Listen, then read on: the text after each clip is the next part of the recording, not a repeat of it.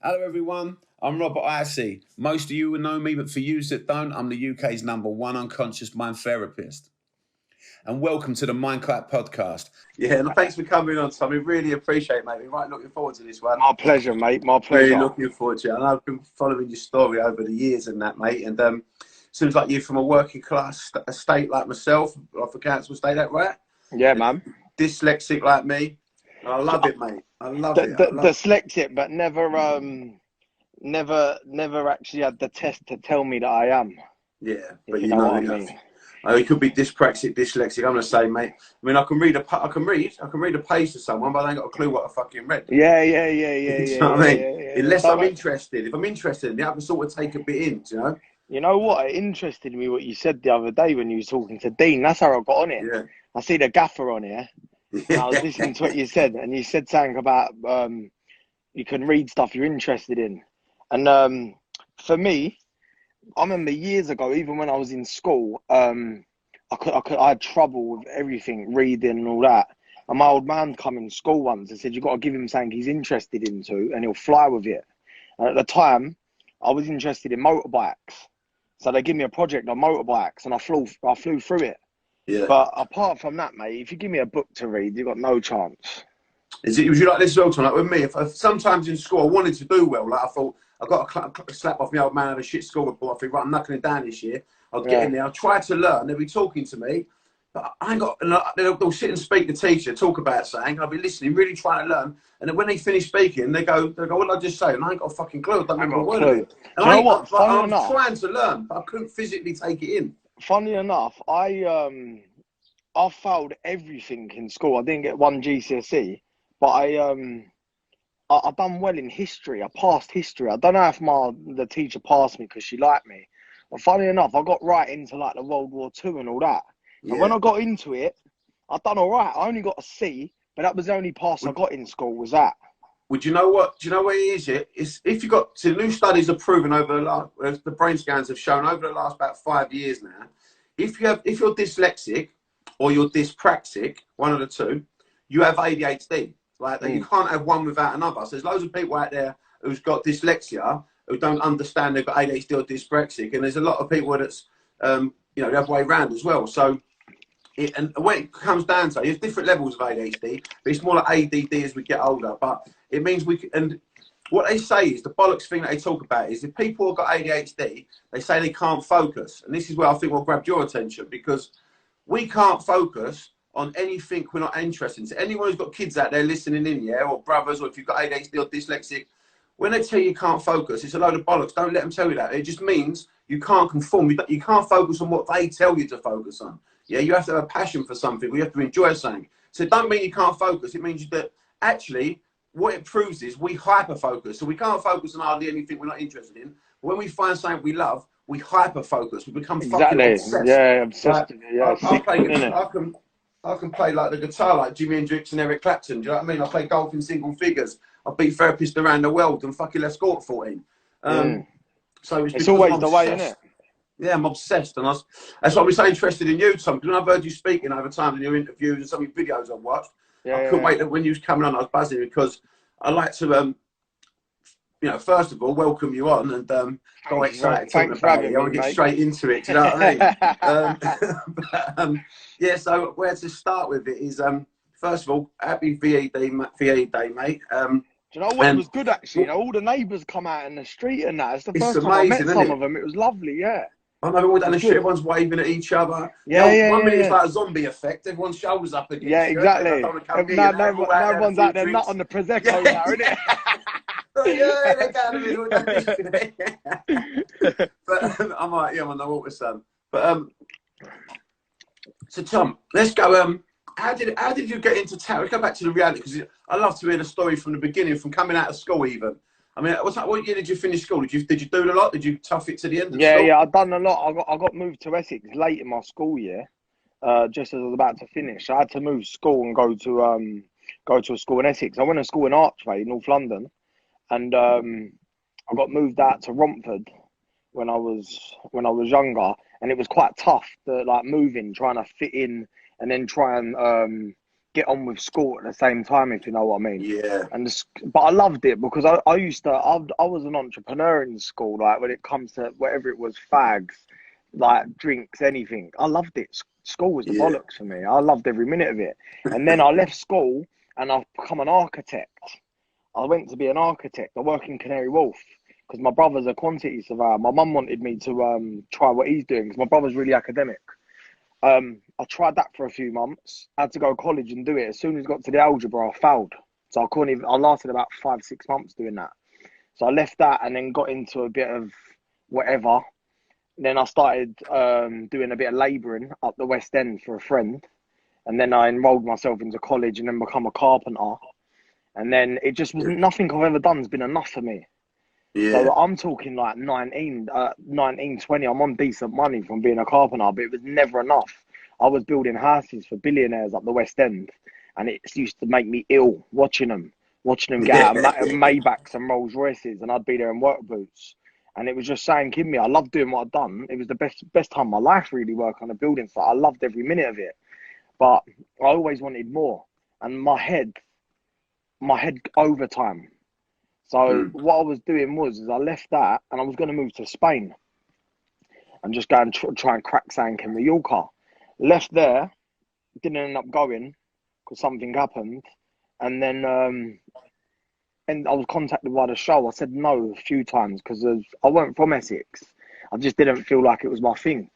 Anyway, I had an eye-opener, I was saying. I went to see someone that something had happened to, and they had said to me, listen, go and get yourself on there and go and try and crack it. And I done it. I took the punt and went and done it. And mate, I didn't earn a penny. Didn't earn a penny on there. The funniest thing is because anyone that looks at my story, they go, he's made it because he's on Towie. Yeah. If I've made it because I'm on fucking Towie, why ain't everyone else? Else made it, yeah, that's right. Do you know what I mean? I had an hard run, mate. I went on there and I thought I was going to be the next, like, get what Joey Essex had achieved. I thought I was going to do that. But unfortunately, by the time I had got on there, I'd just missed the boat. It had started on ITVB. Followers weren't as heavy as they was before. I didn't get many PAs because I was on a relationship straight away. Yeah. Yes, boy, the young apprentice chippy running about like that's like a loon. Yeah, yes, Tony, what's happening? He knows the score. He knows the apple. All right, Tony. Yeah, so then, I done it. My timing was wrong getting on there, and my dad just said to me as soon as I got onto the show, he said to me, "You need to do something with this. Don't go on there and just go and try brag free stuff with people. Don't go on there and try and get club PAs. Go on there and try and do something." Be a creator. Yeah, Georgia, yeah, you got the best girlfriend as well.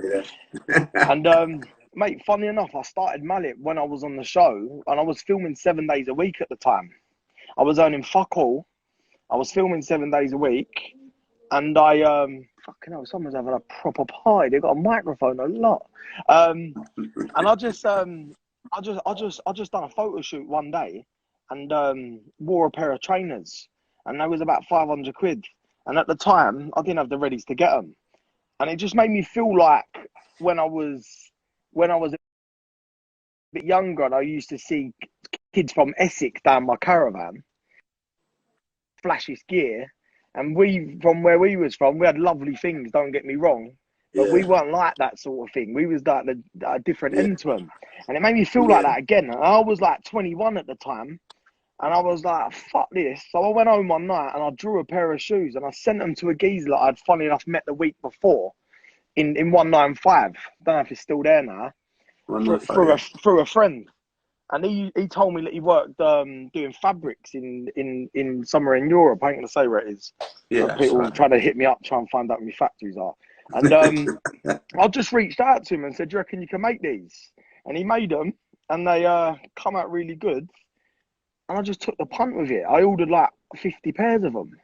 That's how it started. Started with 50 and it was the biggest thing I'd ever done. Like I looked at it. I looked at them 50 pairs, mate, and I looked at my partner because we had borrowed the readies to do it. We was in a warehouse in Leytonstone, had a fucking hole in the roof. There was water coming through, flooding the gaff every week. And we used to sit there like that waiting for an order. And it weren't easy. It didn't start easy. It took a year, 2 years. No matter how I made it look on social media to try and PR the company, it weren't going as well as what people thought they was. So we Yeah. lost money left, right, and centre. That's all we done at the start was lost money. But what it was is I went from being like a guy from the show on Instagram, where I used to get a little bit of stick, not too much. People sort of related to me. I hope they did. To all of a sudden becoming sort of someone that's took the punt and people call me an inspiration. And I was 23 at the time. And I was like, fucking hell, this is decent. I like this. I'm actually doing something well here. Mate, as soon as I got my teeth into it, I just become an absolute animal with it, mate. Animal with it. Can I ask you something? You know, like I'm big into visualizations. If you look at my work, Yeah. you'll find out that I'm big into visualization, the reticular activated system, which is a group of neurons at the bottom of the brain that proves the science behind law of attraction, all that stuff, yeah? So, how did the visionary come up? When did the vision kick in? Was it after you made the trainers? Then was it just like, You know what? or did it No, build in stages? I think I had started, and but do you know what? It was a weird one.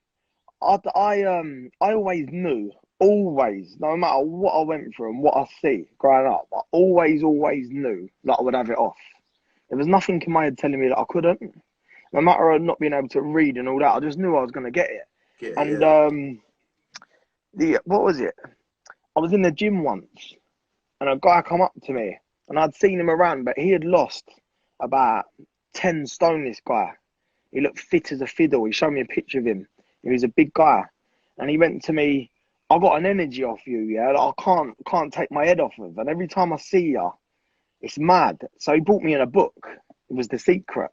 And he went, take this book, please. I'm not even finished reading it, but trust me, you can probably do more with it than I can. So take it. That was like, at the time, I was like, I've always been spiritual and all that, and I love this geezer. Like, I just thought, this is how I want to be. How this guy, you just come and help me like that.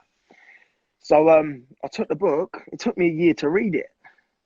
I couldn't get past chapter 1 on it. I literally couldn't do it. I tried as hard as I could to read this book, mate, and it used to piss me off so much because I'd be like sitting there waiting for an order on the website trying to read it. And then one day I just clocked on and I downloaded it on audiobook, and I listened to it loads and loads of times, back to front, mate. Anytime I felt shit, I listened to this book. And then it just clicked, mate. It clicked. I found someone to make a comparator. I flew to Holland with a suitcase, tried getting accounts over there to sell my stuff, didn't do any well. Found a shoe brand over there, and I was like, right, that's it. That's it now. So that's where they are. That's where I'm gonna be in the next year. And I've done it in 4 months. Fucking hell. And then in the next 4 months after that, I flew to Holland and met an agent over there who become a really close friend of mine. And in the next 4 months, I had over 10 stores over there. Now I've got about 20 over there. Yeah. Right. 20, yeah? I've got about 20. I've got about, globally, I've probably got doors that sell my shoes over 250. I've got stores in South Africa, got stores in Dubai, got stores in Amsterdam, got stores in Germany. Fucking Tom, I love it, mate. Do you know what? The weird thing is, over these last few weeks, I've been interviewing the successful people, yeah, the entrepreneurs I'm speaking to. They've all been shit at school. They all created the vision. They all work double hard. It's the patterns the same. And everyone, like Wayne Lineker, like you just said, you went home and you drew all these trainers, yeah. It's different, but it's the same. Like Wayne Lineker said, he was walking down. He was. You know, the market game was coming to an end, the fruit and veg and that back in the early 80s. And he's thinking, when brothers cracked it as a footballer, I was thinking, what can I do on the back of the family name? And he said, I was walking down the street going to the cash to get a bacon roll. And all of a sudden, this image popped in my head. Boom, Lineker's bar. Yeah. And he said, just like you, I couldn't get it out of me nut. He said, I just kept fucking thinking of it. And exactly, yeah. You got to hear his story. It's a good story. Nice, mate. Listen, he's a beast as well, what he's done. Whatever anything anyone says about him, mate, take your hat off to him. He's flying. Visionary, mate. I live my I live my life by it because I used to do mood boards and things like that, and I was quite big on doing mood boards. I wanted to achieve, but then I realised something. I'd wait ages I'd be drawing these cars up, these houses up, whatever it was, and it was I felt like that was my goal to do that. Yeah. I wanted to be rich. I wanted to be successful. I had to have this. I had to have that. And then until I started getting them things, I was like, fuck this. It don't mean nothing to me. You know what I mean? Yeah. Yeah, you find the value you above that, isn't it?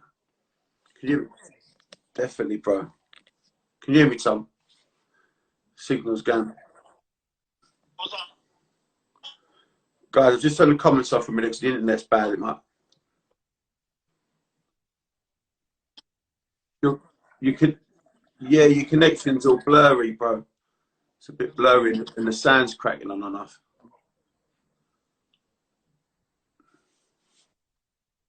I can sort of see you fuzzy, but you're there. I can see you. I can hear you.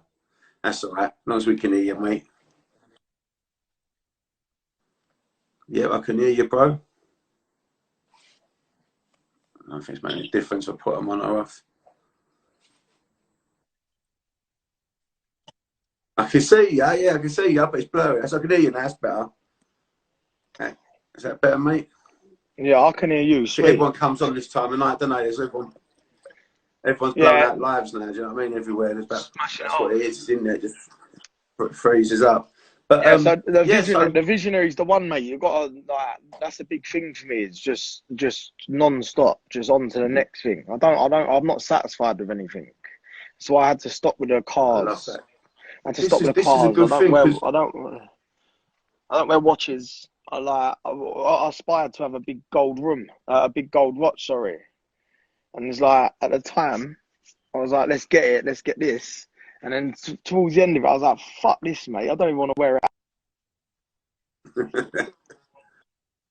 Yeah.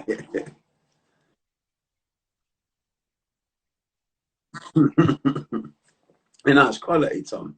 It's not also love. It's like Conor McGregor says, you know, I love what he says about, what did he say? It's coming back to me, my mind's gone blank out. Fuck, so what's it called?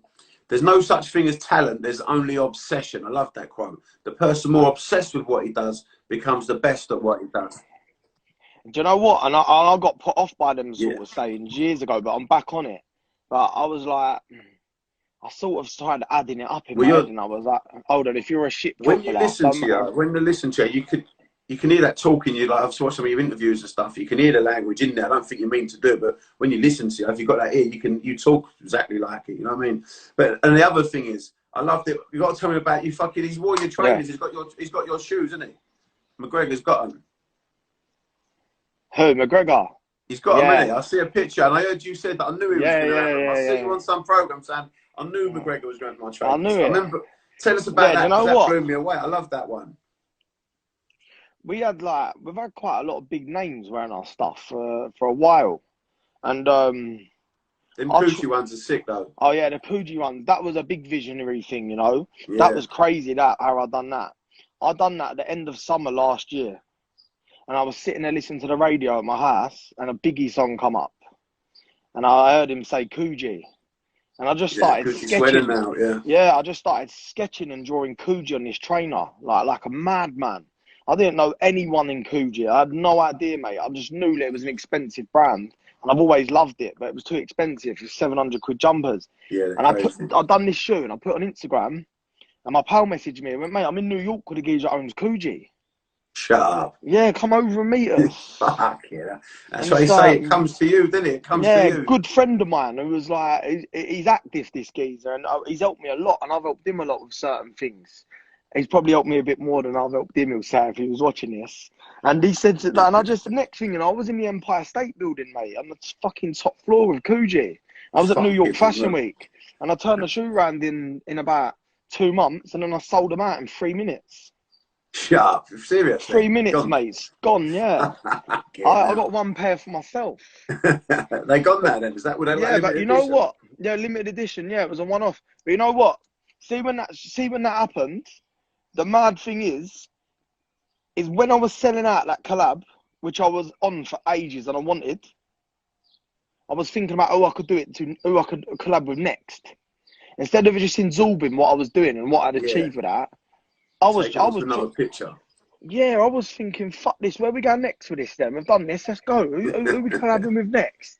So I'm working. We dropped a special with Harrods today. Did you? Which is a good, yeah. It's a Mallet Harrods trainer. So yeah, man, my head's a million miles per hour all the time. That's it, man. That's because you're obsessed with it. That's what you say. And that's what that ADHD thing kicks in, and we hyper focus. We're like, it becomes like you just can't stop thinking about it. It's like obsession. It when you find that passion. Yeah, and do you know what? Not a lot of people get it because it makes you look. Why the fuck people keep writing laughing faces in this fucking thing? Hold on a Fuck minute. knows, who knows? They're saying I got no sound. Ah, then if they. Oh, no, it's all right now. Sweet. Turn. You booze free, Tommy. Yeah, I don't drink. I'm on the water, mate. My turn. Yeah, I can see you, mate. I can see you. You sweet, yeah? Yeah, I can see you. Someone just said, do I drink? I said, no, I don't. I'm teetotal. You don't drink at all, Tom, no? Once in a blue moon. Once, Sweet. You've worked out, haven't you? You've cracked on with that as well, haven't you? Yeah, mate, you know what? I got bad sciatica about 4 years ago. And it's when it attacks your nerves. And I lost the movement in my... Killer, mate. I lost the movement in my right legs. All my muscles was fucked in my legs. And, yeah, I vape. What's wrong with that, man? Don't start. No more scientists on this live, for fuck's sake. No, do you know what? Just ping them up and put some questions at the end, guys. I'll turn them off as distracted. It weren't for no health reasons that I stopped drinking. I was just like, I used to wake up in the morning if I'd had a drink. And I'd get para. I'd think, fuck this. Someone's out there working harder than me, man. I can lose this from this. Do you know what I mean? I'd wake up with an hangover. I'd feel sorry for myself. I'd order a pizza. Yeah. I'd wake up at 12 in the afternoon, 1 in the afternoon. And I'd be like, I ain't achieved nothing today. That night ain't done nothing for me. Yeah. Someone's at it. Someone hungry like how I was when I done this, yeah, is up now and they're doing what I've done and they're coming for me. And I ain't having that, mate. I ain't allowing it. So that's I'm focused. A good way of looking at it, mate. That's a so good I'm gonna have a drink. I've got on holiday. Yeah, you got to be, innit? You've got to try and stay like you've got to stay consistent. You've been through mental health problems yourself. You remember it was a while back. Do you know what? So like, you went through an anxiety time. But do you know what it is, yeah? So basically, honestly, I ain't cleared this up properly. Basically, anything I do, yeah, and if you've seen it in the media, a lot of it is been twisted. So a lot of it was like I got bullied when I was younger for having trainers that weren't nice. That's a load of bollocks. I didn't get bullied, never. And like the thing about me having like the mental health thing basically was I was overworked. I was traveling the world, and I was like, it's lonely, man. You think you're isolated now? You travel around the world by yourself, and you go meetings around the world, and you stay in that hotel room by yourself, or you go to China, fly to China by yourself, and then you see what fucking isolated is. And it was overwhelming, man. It was overwhelming. I was traveling the world. I was doing well for myself. I was earning decent dough, and it was like when I was doing it, it was like there was no feeling to it. It was I'm earning dough. I ain't gonna be flashy. I ain't gonna go and start wearing a load of watches. I ain't gonna go out and start like up the West End boozing. What am I doing? I was just literally working, going home, going home. I had no fitness because I had sciatica. I lost all my muscles in one of my legs, so I could hardly walk at the time. And I was still soldiering on through it. And then a few things happened. I had a car that I wanted it for years. I bought a Porsche. I went in the barber's, come out, someone hit in the side of it and split it in half. And it was just all at once. So all of this stuff happened at once. And the more I got negative of it happening, the more it was coming to me, as you know. And it was like one day, something happened I'm actually in contract about, I can't talk about. But something happened to me, and it could have sent me under. And I dealt with it. And I was exhausted. And I woke up one morning, I just felt shit. And I was like, my head was hurting.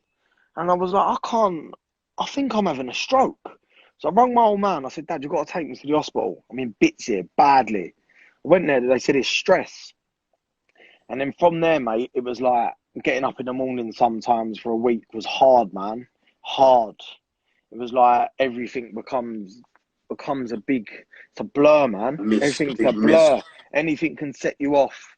You can't even talk about it at times because it chokes you up inside because it's bad what happens. It ain't a nice feeling. No. And like, what was it? It was, they told me it was stress. I look at it more, it was like a little mini breakdown, and it was me saying I need to work because I need to stop working and take some chill time. Because, mate, I was going to bed at 12 from work, finishing work at 12, back up at 5. I was having 5 minutes to myself, straight on it. I was smashing out. I was doing 18-hour days for fun. Have you changed it now, Tom? Have you got people doing it for you now? Have you sort of yeah. Because I built a business. The business went so big, like over a small amount of time. I'm not going to say the figures on it. No, but it went big, and I had 3 people working for me.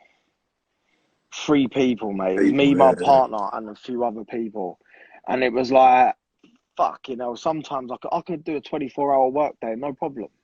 I used to fly to places and I'd not sleep 24 hours. I'd go straight through 36 hours and I'd be in meetings. And then them times just showed me, man, it was like, well, I've got everything I need. Nothing I need. I've got a wicked family, a lovely girlfriend. I've got a lovely dog. I've got like I've got a lovely motor outside. I'm not driving because I don't even want no one to see me in it. I've got a fucking brand new Mercedes GT out there. I've not even done 1 mile in. And I'm like, I got my head around it sort of, and I was like, why the fuck am I doing this for? I'm not enjoying it. So I started employing people. I started getting people with the same love as me, and I started doing it by helping people at the same time though. So seeing things in people and not looking for staff with qualifications. I'm more looking for people with passion and drive. And even a few of them lacked it at the time. And I was like, look, what sort of journey do you want to go on here? What do you want to do? Because I'm telling you, if you stick with me now, you're gonna fucking learn, because I'm on a mission here. And I built a team up, and I just kept on building. And then towards the end, I ended up getting like hire people in when I could afford it. I employed my dad, that sort of takes care of the warehouse, so I can trust. And towards the end, mate, I just thought to myself, you know what, fuck it, I've got to start enjoying this, you know. I've got to enjoy it, innit? I've got to stop worrying about it non-stop. Every single day, all you do is wake up. When you come from nothing, so it's probably the natural progression. I think, like, sometimes you get somewhere, you get content with what you got. You're flying around the world. You know, you're just at that level. You can't really see a future at the moment. You're just doing the too many hours, and all of a sudden it hits you. And I think it's natural progression. Sometimes it has to go to listen. You ain't listening. Bosh, you ain't supposed to be out working. You was never a worker. You were a visionary, Tom. You know, that ain't your position. Someone else needs to be fucking wearing themselves out in that area. You need to be fucking creating, and that's what you do, innit? You know? And it's still hard to let go of, though. Like, still to this day, it's hard to let go of. But I'm getting there. Do you know what? I've done a lot of study on entrepreneurs, and there's two types of entrepreneurs. One that works for the company, yeah. So that means an entrepreneur, they won't let nothing go. They won't create systems because they love it too much, and they can't let go. So what happens is they don't see their kids, they don't see their wife, they don't have fun, they don't have holiday. They're always at work, and if they're not at the workplace, the business can go under. Yeah. Then you get the entrepreneur who has the company work for them. It's the sort of two mindsets of sin. Then the entrepreneur has the company work for them. He can go to the gym in the morning. He can fuck off on holiday. He can open another side, build the company up into another angle, because he's got this set up running itself now. So I like that sort of. Yeah, do you know what? Do you know what I mean? So but the thing is, I've been both. I've been both of them, because I started that's what off it sounds like. I started off as the first one. To me. I started off as the first one, and then the second one was employ someone, get systems in place, blah blah blah. And when I started doing that, then I started being able to work from my phone, and I didn't have to be in the office all the time. Yeah. And it started working. That's what I was talking about, a natural progression. You've gone from working for the company to having the company work for you. It seems like you're naturally just building, because you need that headspace to create your next level, because you're obviously a creator. As you said, your mind goes 100 miles an hour. You ain't going to stop creating. Do you know what I mean? Gotta. Never, mate. I'm doing it now. I'm talking to you. Like, my phone now, I'm talking to you. I'm getting WhatsApp messages pinging from work. Pinging in, because I put an outlet on today. I've done a 12-hour sale today online, and it's gone fucking mental. Fucking crazy. That's brilliant. I've got to deal with that. Yeah. Do you know, like, I'm like, when you look back sometimes to see where you come from, for going through Romford and all them sort of rough times, and looking back now, you know, you couldn't afford that pair of trainers, and now you're fucking giving people their dream. Do you ever sometimes sit back still and think, fuck me, like, this is, how have I got it? You know, is it ever? No, because I'm just getting started, man. Love it. Yeah, look, I feel like I've dominated England, the market in England for my section. So like I'm bestseller in most stores that I'm in, and I'm in some good stores.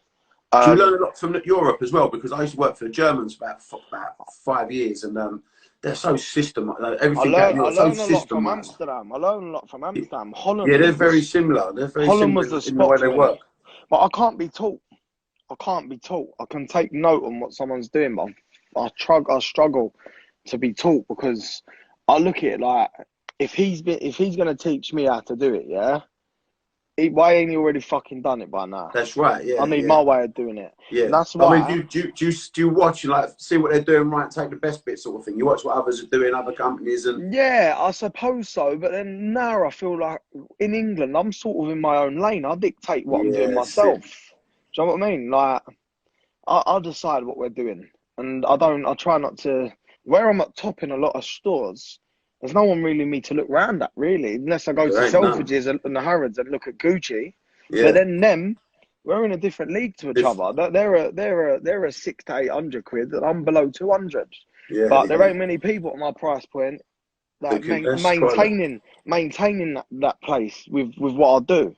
Has Mallet got any ideas for any other products except for trainers? Are you sticking to what you sticking to the So we do trainers? clothing as well. We do clothing. Oh, okay, yeah, yeah. Clothing's quite new. We've been doing clothing for about 7 months.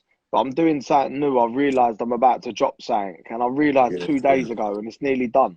So I've got yeah, something coming, which is proper. bang on, yeah. Yeah, proper. And then next thing, fuck knows, I might even make a car. I don't know. See how I feel. Crack your own fucking jet.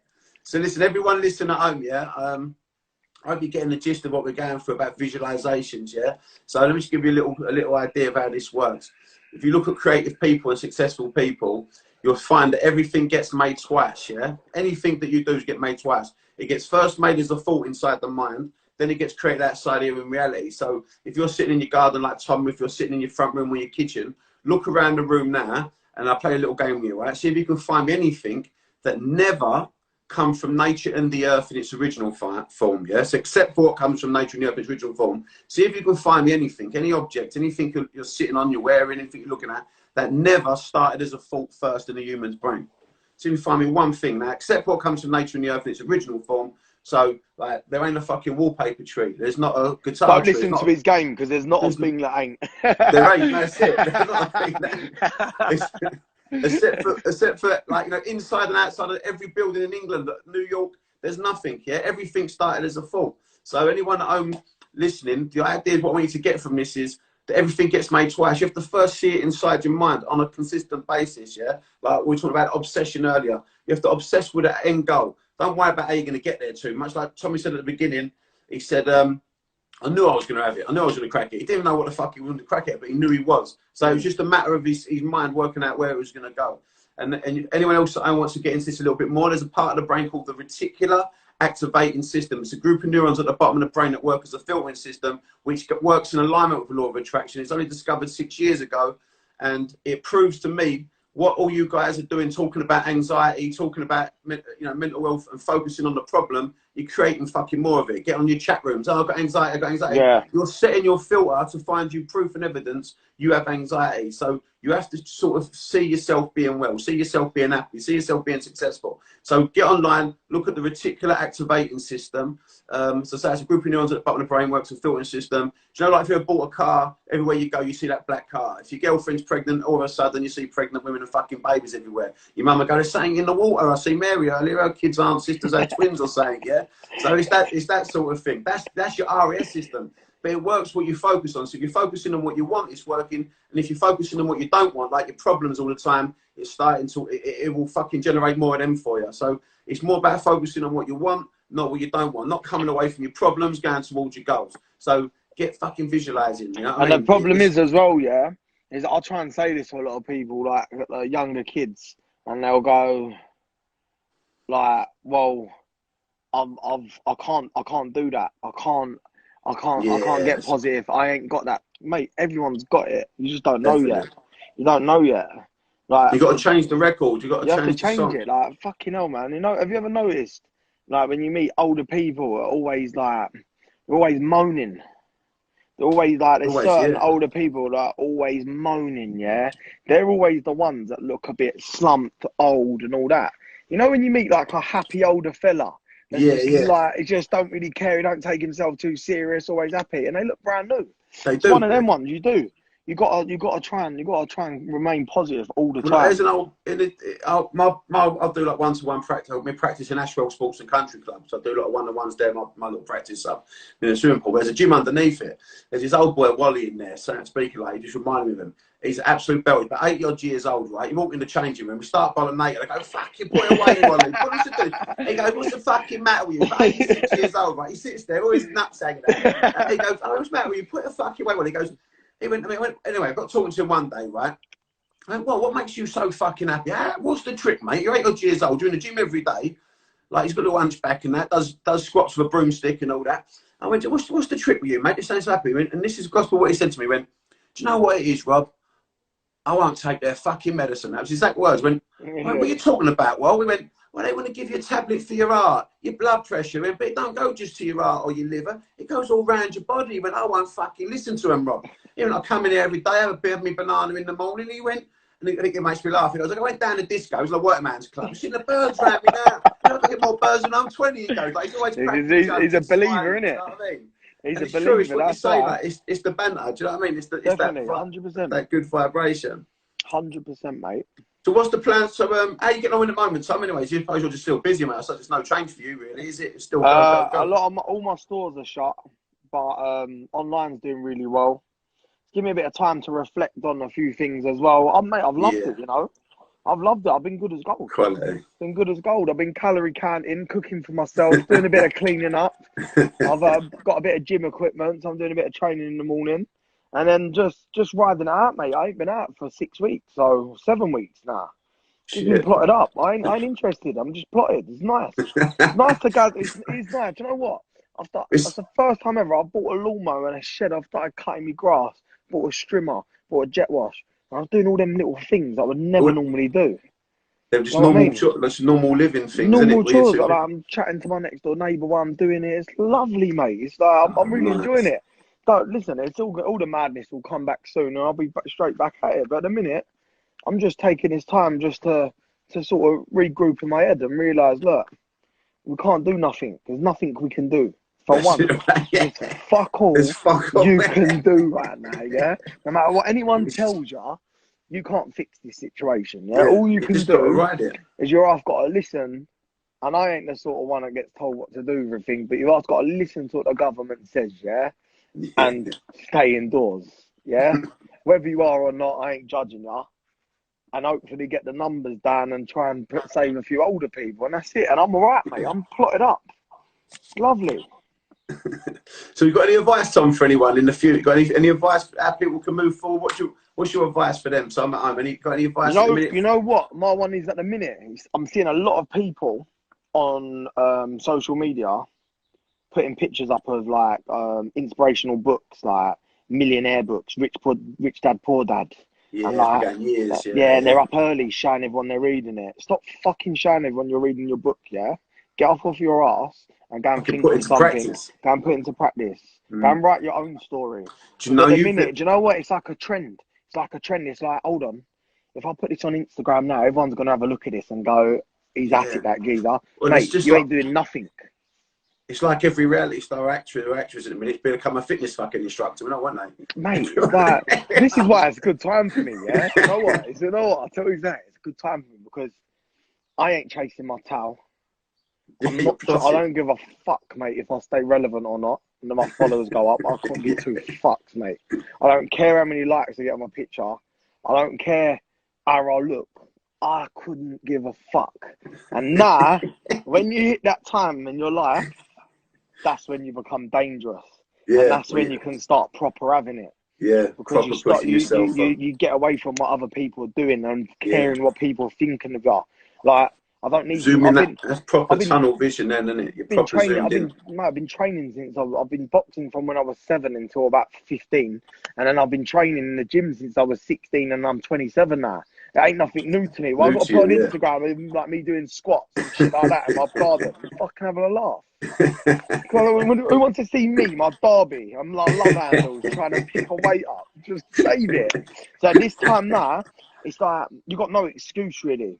If you're not working and you're furloughed, and what you said about that book thing is true. A lot of people can understand things, but it don't mean you've learned it. If you can't apply it to your life, like you're saying, get up and take action, you've not learned it. So people can understand the law of attraction, they can understand stuff, yeah. But if you can't apply it to your life and you ain't getting success, then you've not fucking learned it. And I think that's the key is as well, is to take action. It's actually driving me mad, man. Because you know what, my pet hate, yeah, is.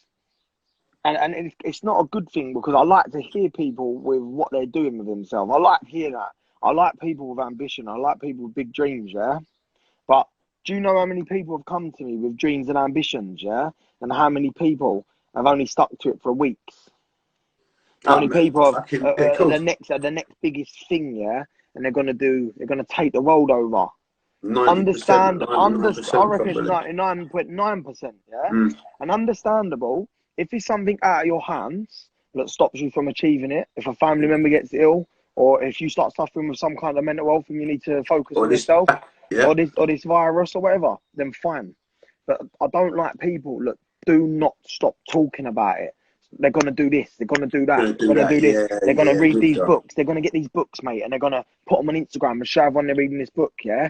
You're reading someone else's story. Go and write your fucking own book. Fucking own book. Yeah. Do you know what I mean? It's true, isn't it? It's so true. Like, it's insane, mate. People don't understand that the change comes from within, doesn't it? It's within here. Like I'll tell a little metaphor to people all the time. I say, like we also, they're looking for this book to change their life. They're looking for someone to tell them they're great so they can feel confident. Someone tell them they love them so they can feel whole. It's that sort of shit. But I always say, you know, change happens in here. You've got to go inside yourself and fucking create it. Because I'll say it like this, right? If you was indoors, like me and you were neighbours, yeah, and there's a power cut, right? And I think, fuck this. You know, I'm going to my mum's. I can't sit here in the dark. And I go to grab my car keys. They fall on the floor. Get on my hands and knees. They go under the sofa. I can't find them for love nor money, right? I've seen my blinds open. I think, fuck it, I'm going to go and stand under the street light. I can't sit in this darkness. Can't find my keys. I go out in the street, get on my hands and knees and start rummaging about on the floor, right? Now you pull up, Tom, and you go, I go, Rob, what are you doing down there, mate? I'm looking for my keys, Tom, right? I'll give you an hand, Rob. You jump on your hands and knees for about 10 minutes looking about and you go, Rob, where did you drop them, mate? And I go, oh, in there, Tom. Indoors. You go, you can. Okay, you fucking winding me up. You off your fucking head. It's true, isn't it? It's the same thing. They're looking outside for the keys when you know they're fucking inside. Turn the fucking light on and start looking. Do you know what I mean? So you gotta stop. You gotta start using this time right now to. Not everyone has a niche. I get that. I didn't have one for years. I didn't know what I wanted to do. But start believing in yourself and start looking for little coups. You ain't gonna go out there and just go and get it overnight. But like this is a time here. Start researching things. Instead of putting on Instagram that you're reading this book about getting rich, you ain't gonna fucking get rich if you ain't got a product to sell and you don't know what to do behind it. It ain't gonna happen. You can read as many books as you want, yeah, about trading and doing this and that. If you ain't got a plan in your head to go and get that, and you ain't got the drive to go and push it as hard as you can, I guarantee you'll last a week. It's a week, no longer than a week, because you're doing it because you're believing in your head that apparently it's gonna come to you because you've read this book. You need to go and get it. It's mental, isn't it? Yeah. It's mental. People ask me. This is what people ask me all the time. Yeah, I get messages all the time, and no disrespect to anyone watching this. If you have asked me, it's nothing personal, but coming from myself, I tell you the story behind it. I get message after message daily from people to the point where I've had to stop reading them. I'm starting a business off. What's your advice? It's one bit of advice. Go and do it. Go and start. Yeah. Go and start. It's like, well, I'm about to start a clothing brand off. I've got a name for it. I don't really know what I'm going to do with it. I don't know how I'm going to do it. But when it's done, will you promote it? What the fuck are you worried about me promoting it when you ain't even got off your ass to go and find out how you're going to do it? Do you know what I mean? And you know, people can't be you. That's your vision. You can't jump in someone's head and nick their vision. It's like all these Richard Branson books, yeah? When I read Branson's book, like you're saying, it means fuck all because when you look at Richard Branson, it's a beautiful success story. I love it. I love the visionary. Don't get me wrong. I love the process.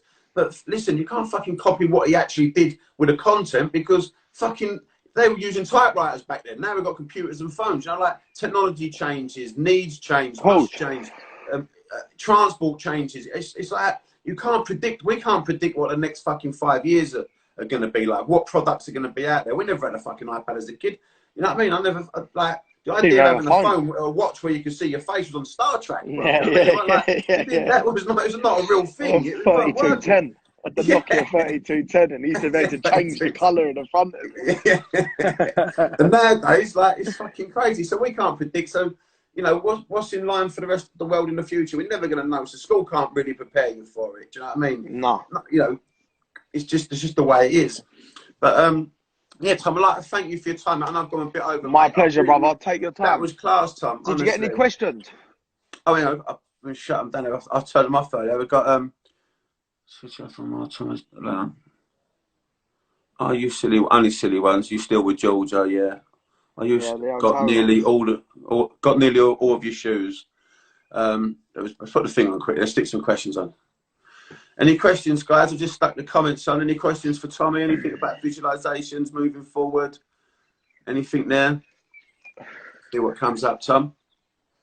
Big up, Mallet. No, everyone's on the DJ ones now, bro. I'm watching the DJ parties. Some of them are having it, mate. Some are having it, man. Stay safe, man. Yeah, the fucking thing is on, ain't it? What's the most famous person you sold your trainers on? Secret. About? Most famous person you sold trainers to? Mayweather bought a pair of Selfridges the other week when he was in there. Shut up! You're joking? Yeah. The guy that works there messaged me and said Mayweather's in here and he's buying the trainers. Fucking blinder, Tom. That's just. Do you believe in law of attraction? Yeah, definitely. How can I start my own bike company? Owen, no idea, brother. Because if I knew, I'd have started my own one as well. Where's your favourite holiday? What's the flavour of your vape? Had thought about a store in Mykonos. Yeah, Mykonos is on the cards, 100%. But not with the market at the minute. Obviously, taking a retail unit on at the minute would be a bit crazy. So I know it sounds really bad, but you need to wait for this virus to go over, wait for the recession to hit, and then that's when you start nicking leases and things like that. Greeks, what's happening, brother? So, what do you think about, who do you have out of AJ and Fury? Fury, what do you reckon? I'm not going to lie, Char. No. It's Fury all day long, mate. That's what I mean. That's what I thought, yeah. Fury all day long. He's too upright, I think, the other fella. But listen, Joshua, I'll tell you something. Listen, Joshua's a different beast. I'll tell you why. Because he's such a marketable person. Yeah. The way he's done everything, whether you like him or not. Like, I'm not sitting there saying that I'm a huge AJ fan. I think he's done phenomenal, mate. He carries himself well. In the interview you watch him in, he knows how to talk to people. He's a gentleman as well. He seems a very polite gentleman. Yeah. He seems like a gentleman. I ain't met him, but he seems right. But like Fury, mate. Fury, look at Fury, man. Look what Fury's overcome. Yeah. And for him to just overcome what he's overcome to get back in the ring, it's fucking untouchable, isn't it? And he's done it for a power beyond the belts now. He's done it. You've never seen anything like it, yeah. He's proper. Yes. I've got him on tomorrow. Do you know that? Do you watch your boxing? You've seen that new Dennis McCann coming up? Dennis the Menace McCann. No. He's Mustard. He's a new little boxer coming up. He's on here tomorrow. He's Al Smith's got him, a trainer. Al Smith. He's won all the ABAs and all the schools. He's just gone pro young. He's a little Irish kid. He's fucking unbelievable. He's on here tomorrow. He's on here. He's like a new Prince Nazim. Jump on thingy. Dennis the Menace. Yeah. I'm obsessed with that Brian Garcia, mate. You seen him? Fucking hell, that. Yeah, unbelievable hand speed, mate. If I was gonna try and jump on a sponsor for a boxer over in America, it'd be him. I know that. He's unbelievable, isn't he? Where do you see this? Hold on. Where's this? I would stand. Where would you see yourself in 5 years? 5 years. Just wherever it takes me, man. I can't predict the next 2 years. I can't predict the next week. I don't know what's going on next week. Someone just said, will you do your own documentary? Do you know what? The documentary thing, I've had a lot of chats about it, but every time like I go to have the chat about doing it, and I get right into it, and then it's like it don't end up happening. I think thank fuck for that, because I'm not. I'm moving on so fast. It was like I ain't even doing nothing when I was going to do it. So it's just, we'll see. We'll see. Is there still money be made from e-com? E-com is probably the biggest earner. E-com's websites.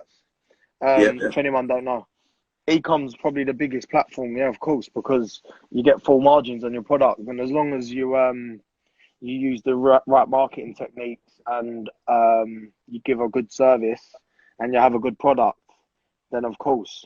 But stores give you the brand name. You got to be next to the store, the big brands first to get your name out there. Been taking notes on that. Been taking more notes than we done in uni. Oh, I just said 20 hours. Yeah, this box is good, mate. Who's your favourite boxer, Tom? I'm friends with a lot of them, but Dillian White for me, man. I love him. He's a good friend of mine, and he's entertaining, and he's a lunatic. Dillian White for me. But look, there's a lot of talent out there, isn't there? Definitely. But I know a lot of them, so I'm not going to say it because they all start getting on me in case anyone's watching. Are you do you live in a rainforest? Yeah, this is the back of my garden. In spite of its very early days, I myself would love a documentary. No, I think you'd make a great documentary and all, bro. What would you do if you didn't make Mallet? Make something else. I would have probably done something. I probably wouldn't have been fashion. If I didn't do shoes, it wouldn't have been fashion. I would have probably, personally, if I didn't do Mallet and I was on the show, I would have saved up and probably tried as hard as I could to go into property. I'd have put money into property. Man, your trainers are sick. Yeah, but well, Tom, thank you very much, mate. Mate, thanks for having me, man. What I was going to say to you is, I'll send you a message after I got sent it. Definitely. Listen, thanks for everyone for tuning in, yeah? And Rob, thanks for having me, bro. No, you're joking, mate. You're unbelievable, mate. It's really good. Your story, I knew your story was going to be sick, brother. It's such mate, do you know what? Do you know what it is? I ain't even, it's hard on this thing because the signal and then all the comments and all that. Up, I know. So one day we'll sit down and we'll have a proper catch up, man, and we'll go through it probably. I'd love to do that, bro. I'd love to. Have a good evening, mate, yeah? Tom, you're so kind, mate. Thanks, everyone, for tuning in, yeah? Good luck Thank you for the very much. future. Bye, mate. Bye. Take it easy, bro.